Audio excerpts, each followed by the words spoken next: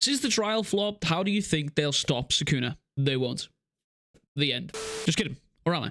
Who fucking knows? At this point, my man Gege is just dropping dudes like flies. Who fucking knows? But the trial happening and Yuji and Sukuna and Higuruma dropping out of the domain led to a couple of interesting things happening. One, Sukuna realizing in tandem with Higuruma that only his Kamitoke was confiscated by Judgeman, which left him with Cleave and the Spantles and maybe, possibly even 10 Shadows. However, that's debatable right now. Two, Kusakabe, Eno, and Choso all rocking up to the battlefield, which is where we get into the crackpot copium part of the video. And I know before you say it, but weeb, Gojo isn't coming back. Wee! I fully agree. I fully agree. I think Gojo's character is okay. I think he's wrapped up. He's done. He's off. You know, half go, half Joe go. You know, whatever you want to call him. I think sure his death was sudden, but I think his character has wrapped up in a way. But I don't think Gojo being alive to me. I think he feels like a narrative roadblock to me personally. With Gojo coming back potentially, Yuji, Yuta, Hikari, and Maki, and all these other characters, they wouldn't get their spotlight if he does come back with this white hair Superman flying around.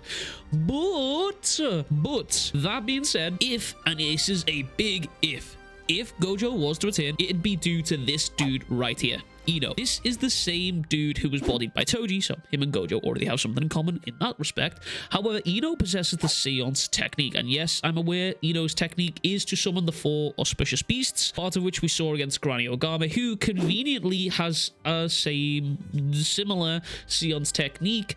However, Granny Ogame's one was different. She was able to perform necromancy against Eno and resurrect Toji, which within a small piece of Toji's body that her grandson ate, and was able to become Toji. What is it with Gege and having people eat things in this series? Like, seriously, cases eat humans. Fucking Yuji wants to eat all the fucking fingers and his brothers and whatever the fuck he wants. Sukuna eats fucking people. I don't get it, bro. It's really strange, man. Couple all of that information with the fact that there is now 2 of the plot points that Gojo was made aware of. Possibly. I hope so. Good lord, Gege, please. These plot points also haven't been wrapped up. One being the fact that the case stalls that Principal Yaga knows about and even how to create them now thanks to Panda and Masamichi. Secondly, the Book of Souls that Yuki had and gave to Choso and Yuji.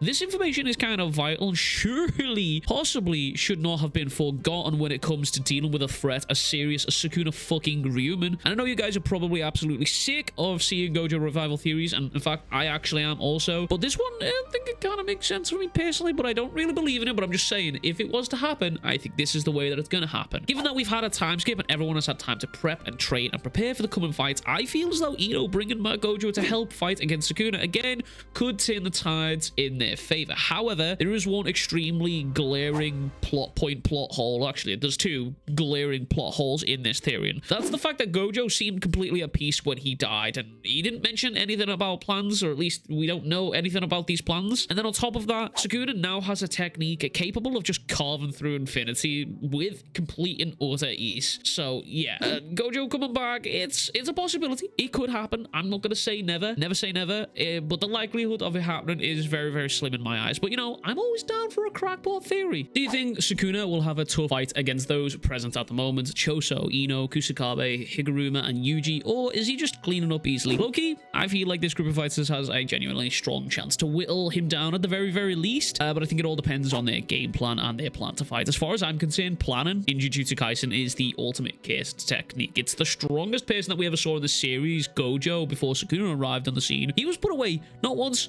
but twice by planning from 2 separate fucking individuals, Toji and fucking Kenjaku here. So never say never as far as I'm concerned, but I do believe Yuji will be a massive, massive key factor in this fight, because whatever Yuji is cooking, it's gonna be massive, and I can just fucking feel it. I can feel it in my fucking loins. That little punch, well, that big punch that he delivered to Sukuna had Sukuna shaking, thinking, what the fuck was that just hit me? So whatever Yuji's cooking, I'm down for it. Do you think Yuta taught Kusakabe how to fight with a sword? Yes. Not really a question, but let's just talk about Judgeman being the worst Shikigami in the series.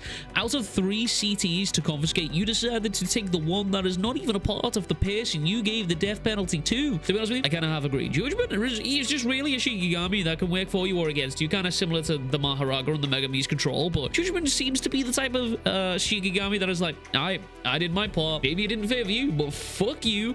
At least I did something. Yeah, Judgeman, he seems to be all over the place, but it's not the first time we've seen Judgeman being flaky.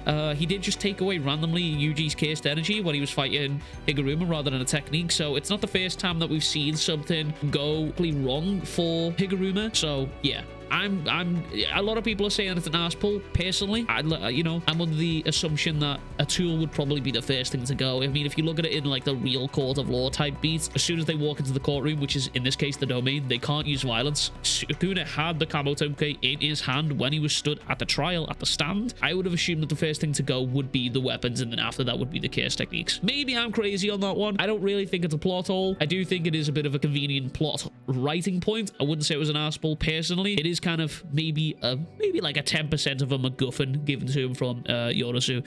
But anyway, that's everything from me. I hope you enjoyed this video, this little short and sweet video as we get ready for JJK 246 tomorrow. We'll also be doing the live stream in the morning, and then obviously Leaks video tomorrow. But massive shout out to all the members on the channel. You absolutely go to help keeping the dream alive. But as always, make sure to go and drink some fucking water. Go tell someone you fucking love them. And as always, I will catch you guys all in the next one. Much fucking love. Big fucking kisses. Peace.